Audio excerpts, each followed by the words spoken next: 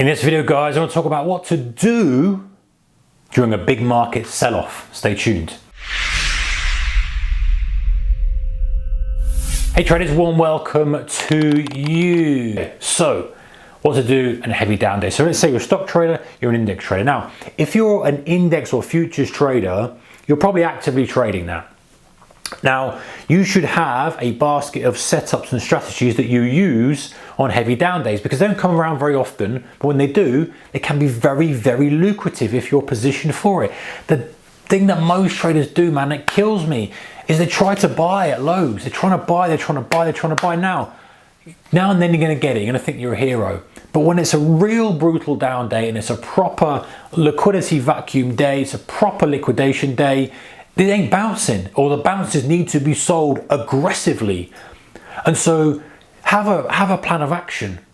And anyway, if you do fancy going long, you shouldn't be, in my opinion, guys, you shouldn't be just buying at brutal lows on a down day hoping it's going to pop up. You should see some strength first, see the next phase after that strength, and then potentially align long. You know, buying just blindly at a low print is a recipe for disaster, in my experience and in my opinion. Someone may have a great strategy for that, but I think you need to see the flush, you need to see the down day, you need to see the response, you need to response to that response, and then subsequently decide. There's plenty of meat in it if it's going to reverse, but anyway, it's by the by. The point is you have a plan for it, and you say, right, this is my plan. So if you're a stock trader, for example, you or an index trader, don't get seduced by the volatility.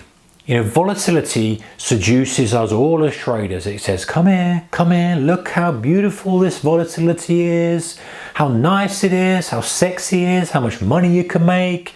And traders are just coming in, and they're coming in, and they open the door, they let the trader in, they shut the door, it falls in the trap door. Open the door, lets him in, he falls in the trap door. Because he's got no plan. He just sees the volatility, seduced by it, he steps right through that door with no plan, trades, whatever size he trades, finds a trade because a trade will just jump out at you as soon as you see that volatility, because that's what volatility does. It entices you in and you'll just trade, and now if you're not careful, you end up blowing accounts up. You end up doing big damage to accounts. So the thing is, trading those heavy down days is to have a plan for them and say, okay, what am I going to do? Am I even going to trade it or am I going to observe it? That's not even a bad thing to do. Is it too volatile for me? Maybe it is. What about if you're positioning long and you want to try and find some stocks that you like to swing trade? What levels would you start looking for? Planning the stocks that you will go to and buy is the way to do it. Not just scanning through every single thing that's red and saying that looks like a value, that doesn't. It's having a plan and saying that's a strong stock, it's been a strong stock. That's going to be the first thing I look to buy if we have a heavy down day, we have a couple of down days in the market, because I believe that's a good stock for a swing trade. As an example, same if you've got an index future, you're saying, okay, well actually, if that index gets and dips below that whole number with a bit of a flush, that's probably quite a good point to buy, because I think it's probably going to rotate back because I'm quite bullish on that, or that ETF or whatever it is. Regardless of what you do, it's having some kind of plan for it.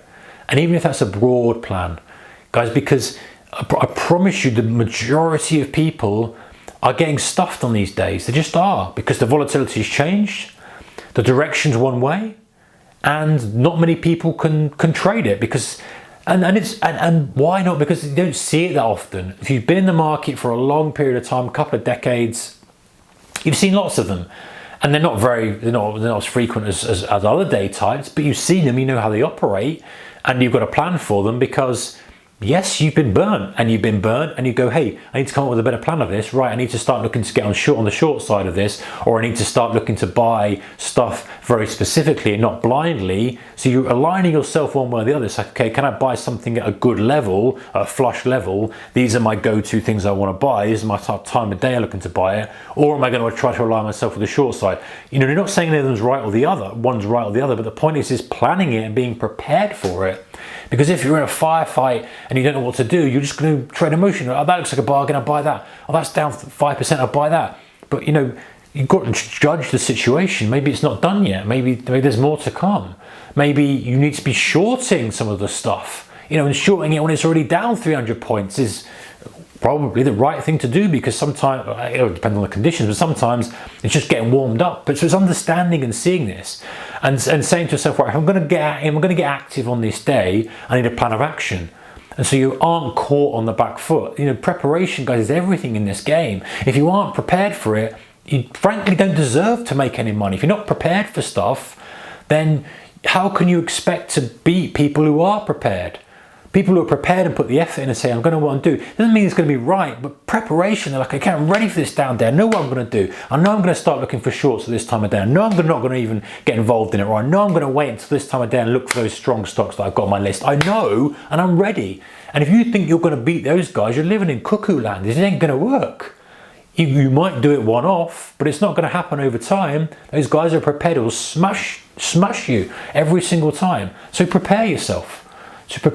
Get ready. Just think about what's going on. Think about how you're going to do anything. And as I say, doing nothing is absolutely fine. It's absolutely fine. Staying out of trouble and saying, hey, I am in capital preservation on down days, so I'm not going to get involved in it. I'm going to observe it out of interest and see that supply demand shift and see if I can spot some things, or this and that, the other, or trade on demo, or trade at small size. That's absolutely fine. Or you come up with a credible plan that says, hey, this is how I'm going to trade this. I'm a day trader, so I'm going to look for this, this, and this. And I'm a swing trader, so I'm going to look for this, this, and this. Existing positions are going to get trimmed, or they're not going to get trimmed, or if they get stopped, they get stopped. Having that plan, because, you know, there's number one, the final thing, guys, and maybe I'm a bit my soapbox here, but I hope you forgive me. I'm saying it for the right reasons. It's coming, you know, as a friend to you guys. Sometimes it's not just the financial damage, it's the fact that you recognize how vulnerable you are to the market seducing you.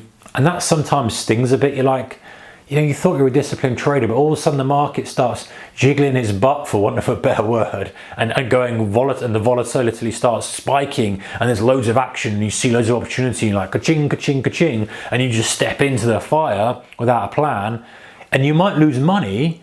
But there's worse pain than that, is that you think, you know what, I'm deadly. I'm deadly. I can just literally get sucked in at the slightest bit of volatility and trade something I don't understand, a plan I've not got, and all those other things. And it's the regret. And guys, the regret you have after, if you regret something after you've done it, you need to change it. That's the same in life as it is with trading. If you do something and you regret it afterwards, that needs changing, because that's your subconscious telling you that's dangerous.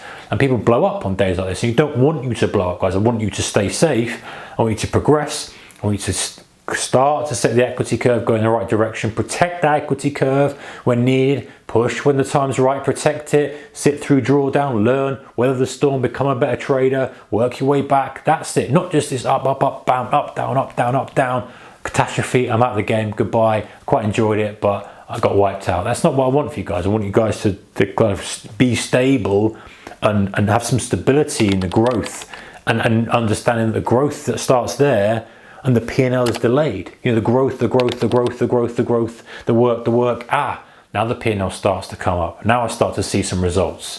Anyway, guys, trading heavy down days. Take care. See you next one. Keep risk managed. Bye-bye for now.